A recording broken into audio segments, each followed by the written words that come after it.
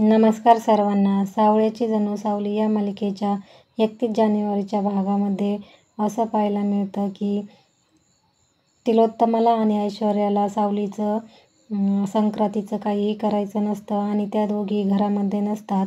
परंतु सावली आणि अमृता ह्या घरामध्ये असतात आणि त्या तिची चांगल्या प्रकारे संक्रांत करण्याचं सगळं काही ठरवतात. तसेच सारंगने देखील हे ठरवलेलं असतं आणि म्हणूनच सारंग सावलीची संक्रांत चांगली व्हावी म्हणून तिलोत्तमा आणि ऐश्वर्याला घराबाहेर घेऊन गेलेला असतो.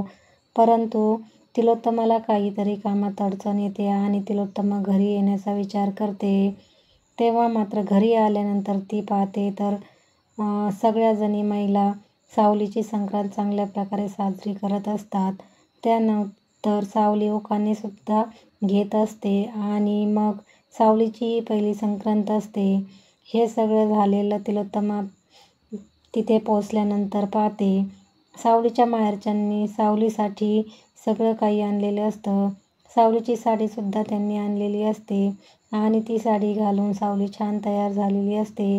तिच्या आईने हलव्याचे जे दागिने बनवलेले असतात ते सुद्धा तिने घातलेले असतात आणि ती तयार झालेली असते. सगळ्या महिला तिचं खूप कौतुक करत असतात. तिलोत्तमा तिथे येते. तिच्या मागोमाग सारंगसुद्धा तिच्यासोबत येतो आणि सारंगला सुद्धा भीती वाटत असते की नेमकं आता घरी गेल्यावर काय होईल, कारण की त्याला माहीत असतं की सावलीची संक्रांत ती साजरी करत आहे आणि तिकडे गेल्यानंतर मात्र सगळं नियोजन सोहम आणि बबलू यांनी केलेलं असतं आणि त्यामध्ये अमृता आणि नील असतो.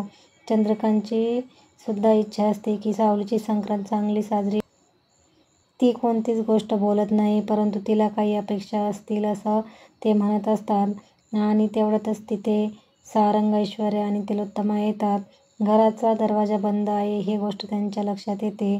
तिलोत्तमा दरवाजा उघडते तर तिला समोर दिसतं की सगळ्या जणी संक्रांत साजरी करत आहेत आणि ऐश्वर्या आले आणि तिलोत्तमाचं हे पाहून खूपच पारा चढतो. तिलोत्तमा म्हणते की तुमची हिंमत कशी झाली तिलोत्तमा मेहेंदळेंच्या घरामध्ये पाऊल टाकण्याची, तुम्ही कोणालाही न विचारता इथे कशा आलात, असा प्रश्न तिलोत्तमा त्या सर्वांना विचारते. सारंग तिलोत्तमाला शांत बसण्यासाठी सांगत असतो.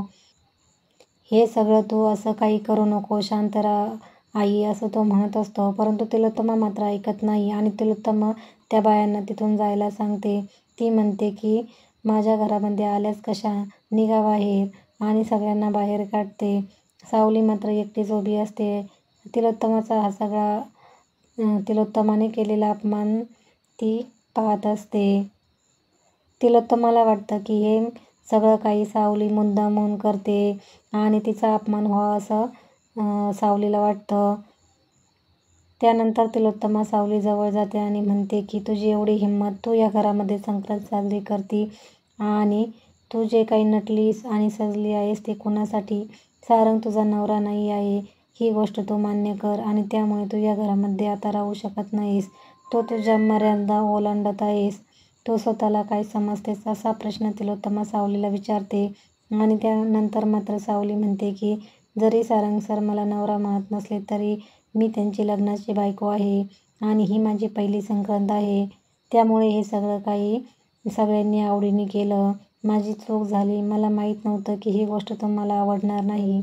परंतु संक्रांतीचा सण हा सौभाग्याचा सण असतो आणि यामध्ये कुणीच नाही म्हणत नाही, असं सावली म्हणत असते. तिलोत्तमाला हे ऐकून राग येतो. तिलोत्तमा सावलीच्या तोंडात मारते. आता तिथे सारंग उभा असतो. सारंग तरी देखील एक शब्द बोलत नाही. सावली मात्र सारंगकडे पाहत असते. हे सगळं होऊन सुद्धा सारंग काही बोलत नाही. तिलोत्तमा सारंगचा एकही शब्द ऐकून घेत नाही. ती म्हणते सारंग, इथून पुढे या मुलीबद्दल एकही शब्द तू माझ्याशी बोलायचा नाही. त्यामुळे सारंग काहीच बोलत नाही. तो आईला थांबवण्याचा प्रयत्न करतो, परंतु तिलोत्तमा सावलीच्या थोबाडीत मारते आणि तिला तिथून हाताला धरून घराबाहेर ढकलते आणि बाहेर ढकलल्यानंतर सावली खाली पडते. तिलोत्तमा म्हणते की या मुलीसाठी या घराचे दरवाजे कायमचे बंद राहतील. ही मुलगी आता मला या घरामध्ये दिसणार नाही. चंद्रकांत, सारंग सगळे तिला समजावून सांगत असतात, परंतु तिलोत्तमा खूप चिडलेली असते. ती कोणाचा एकही शब्द ऐकून घेत नाही आणि सावलीला घराबाहेर हाकलून देते. सावलीला मात्र सगळं काही हरल्यासारखं वाटत असतं, कारण सारंग सरांनी सुद्धा माझ्या बाजूने एक शब्द बोलला नाही आणि मला घरातून बाहेर काढलं. सारंग सरांनी थांबवलं नाही.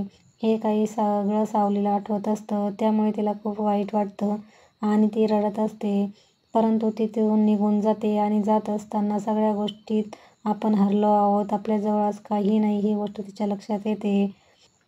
रस्त्याने जाताना ती एका ठिकाणी थांबते. इकडे मात्र देवा ड्युटीवर असतो. काही लोकांना पकडायचा त्याचा प्लॅन असतो आणि त्यासाठी त्याची चेकिंग सुरू असते. प्रत्येक वाहनाची चेकिंग देवा करत असतो आणि देवा तिथे रोडवर उभा असतो. सावली मात्र तिकडून येत असते. तिचं सुद्धा लक्ष नसतं. तिला सगळ्या काही घरच्या गोष्टी आठवत असतात. तिलोत्तमाने कशाप्रकारे तिची पहिली संक्रांत ही विस्कटून टाकलेली आहे हे असं तिच्या लक्षात येत असतं. तेव्हा मात्र देवा तिथे तिला उभा दिसतो आणि तिकडून ट्रक येत असतो. परंतु सावलीचं लक्ष त्या ट्रककडे जातं आणि मग ती धावतच जाऊन देवाला धक्का मारते आणि मग ते दोघेही खाली पडतात आणि मग देवाचे प्राण वाचतात. तेव्हा मात्र सावली देवाकडे पाहून म्हणते की तुम्ही असे का, तुम्हाला समजत नाही का, तिकडून वाहन येत आहे, तुम्ही स्वतः पोलीस आहात, तुम्ही किती जागरूक असायला हवं, असं काही सावली देवाला बोलत असते. परंतु सावलीमध्ये त्याला त्याची बहीण दिसत असते आणि तेव्हा देवा म्हणतो की सिस्टर, तुम्ही आज तुमच्या भावाला वाचवलं आहे. हा देवा तुमच्यासाठी कधी ना कधीतरी नक्कीच उभा राहील. तुम्ही माझ्या बहिणीसारखे आहात. तुम्ही आज एका भावाचा जीव वाचवलेला आहे. आपण पुन्हा नक्की भेटणार आहोत असं मला मनातून वाटत आहे. देवा त्याच्या आई-वडिलांचा शोध घेत असतो आणि त्यानंतर देवा प्रत्येक व्यक्तींना असं विचारत असतो की तुमचं कोणी जत्रेमध्ये हरवलं आहे का? तुम्ही एखाद्या मुलाला सोडून दिलं आहे का? कारण की देवाला जोडीदारांमध्ये त्याचे आई-वडील दिसत असतात. त्यामुळे त्याचा शोध सुरू असतो. तेव्हा सावलीची भेट ही देवासोबत होते आणि त्यानंतर देवाला सावलीमध्ये त्याची बहीण दिसते. तेव्हा देवा म्हणतो की आपण पुन्हा एकदा भेटणार आहोत आणि तो सावलीचे आभार मानतो. सावलीचं दुःख थोडा वेळ बाजूला जातं आणि ती देवाचे शब्द ऐकत असते. तर आता हा भाग इथंच